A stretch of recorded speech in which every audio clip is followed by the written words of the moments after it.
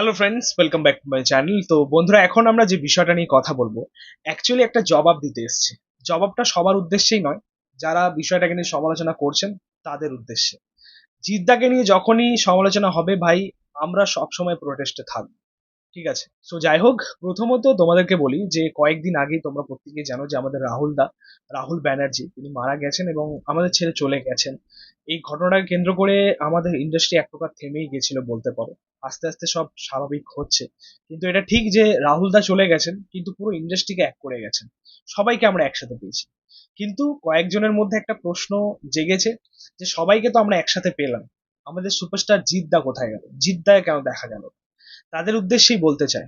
তোমাদেরকে বলে রাখি, জিদ্দা কলকাতাতে ছিলেন না, তিনি মুম্বাইতে ছিলেন, কাজের উদ্দেশ্যেই ছিলেন।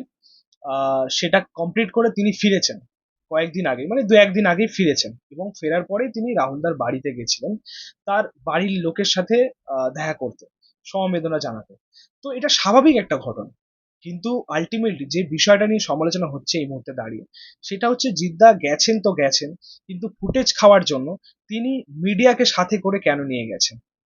তোমাদেরকে বলি, তোমরা যদি স্বাভাবিক হও, তোমরা যদি স্বাভাবিক মস্তিষ্কের হও, তোমরা হয়তো ঘটনাটা বুঝতে পারবে। আলটিমেট আমরা জিদ্দাকে অনেক দিন আগে থেকেই চিনি। জিদ্দা কিন্তু কখনোই মিডিয়ার সামনে আসতে চান না। জিদ্দা অনেক বিয়ে বাড়ি অ্যাটেন্ড করেন, অনেক অনুষ্ঠান অ্যাটেন্ড করেন, কিন্তু তিনি মিডিয়া ক্যারি করেন না, সেটা তোমরা প্রত্যেকেই জানো। হঠাৎ করে কেউ একজন মারা গেছেন, তার বাড়িতে জিদ্দা যাচ্ছেন, আর একজন সুপারস্টার সে ফুটেজ খাওয়ার জন্য মিডিয়া নিয়ে যাবে? এটা প্রথম, এটা বোঝা উচিত তোমাদের। এটা কিভাবে সম্ভব হয়? আবার তোমরা যদি ভিডিওটা দেখো, তোমরা দেখতে পাবে এটা কিন্তু মিডিয়ার কাজ নয়। হয়তো জিদ্দার সাথে কেউ গেছে এবং কেউ লুকিয়ে চুরিয়ে ভিডিওটা করেছে।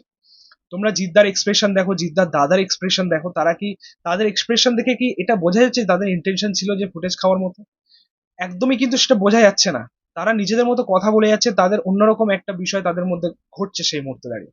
আর ভিডিওর কোয়ালিটি তোমরা দেখো, ভিডিওর ফ্রেম দেখো তোমরা, মানে যেমন তেমন করে ভিডিও করা হয়েছে। এটা যদি মিডিয়ার কাজ হতো, মিডিয়া কিন্তু একদম ফ্রেম বাই ফ্রেম ভালো করে শুট করে নিত ভিডিওটাকে।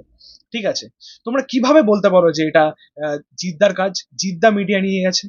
জিদ্দার মেন্টালিটি, জিদ্দার মানসিকতা, জিদ্দার বিভিন্ন ইন্টারভিউ রয়েছে, জিদ্দার বিভিন্ন বক্তব্য রয়েছে আর কি, এমন কিছু মানুষটাকে চেনা যায়, মানুষটাকে জানা যায় আলটিমেটলি মানুষটা কেমন। একটা কথা তোমাদেরকে বলে রাখি, যে এতদিন জিদ্দা এখানে ছিলেন না। জিদ্দা এসেই কিন্তু রাহুলদার বাড়ি গেছেন, তার মা বলো বা তার বাড়ির লোক তাদেরকে সমবেদনা জানাতে। এটা কিন্তু একটা ভালো মানুষের পরিচয়। আলটিমেটলি তিনি কিন্তু তার কাজটা করেছেন। তোমরা সকলকেই মিডিয়ার সামনে পেয়েছো, সকল ইন্ডাস্ট্রির সকলকে মিডিয়ার সামনে পেয়েছো, এক্সেপ্ট জিদ্দা। জিদ্দা নিজের দায়িত্বে মিডিয়ার থেকে লুকিয়ে তার বাড়িতে গেছেন, তার পরিবারের সাথে দেখা করেছেন। এটা কিন্তু সত্যি আমাদের খুব ভালো লেগেছে। মানে জিদ্দার যেরকম মানুষ, সে যেরকম মানসিকতা রাখেন, ঠিক সেরকম ভাবেই তাকে আমরা সবসময় পাই। কিন্তু এই কয়েকটা বাল, মানে বালের থেকেও বেশি কিছু নয় এরা, এরা সমালোচনা করতে ব্যস্ত সামান্য কিছু ফুটেজের জন্য। অ্যাকচুয়ালি হাইলাইট হবেন, সুপারস্টার জিতকে নিয়ে কথা হচ্ছে, কিছুটা ভাইরাল হবে তারা। আলটিমেটলি সুপারস্টার জিতকে তারা চেনে না, জিতকে জানে না যে মানুষটা কিরকম, না জেনে শুনে কিছু বক্তব্য রাখতে চলে আসে। আর সব থেকে বড় কথা, যারা এই বিষয়টা ঘটাচ্ছে, যারা এটা করছে আর কি সমালোচনাটা, এদেরকে কাউকে কিন্তু আমরা সেভাবে চিনি না, জানিই না।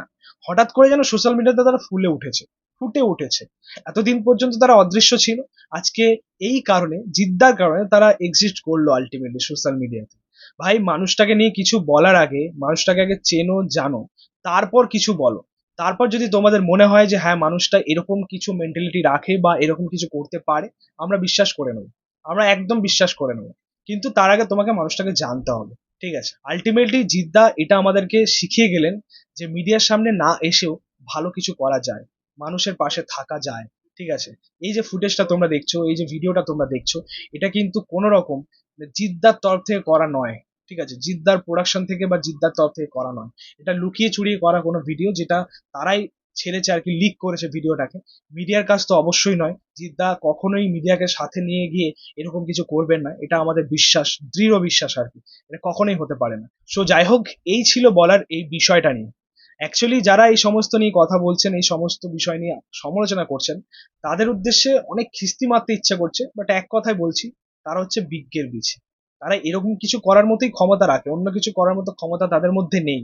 ঠিক আছে, তাদের হাতে সোশ্যাল মিডিয়া রয়েছে তো। কিন্তু যাই হোক, তোমাদেরকে বলে রাখি যে আমাদের জিদ্দার প্রতি যে ভালোবাসা, যে সম্মান, আগে যা ছিল আজও তাই রয়েছে, আগামী দিনেও তাই থাকবে।